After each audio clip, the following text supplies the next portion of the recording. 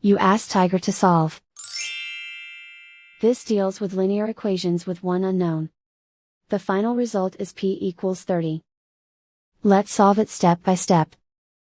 Swap sides. Group all constants on the right side of the equation. Add 1 to both sides. Simplify the arithmetic.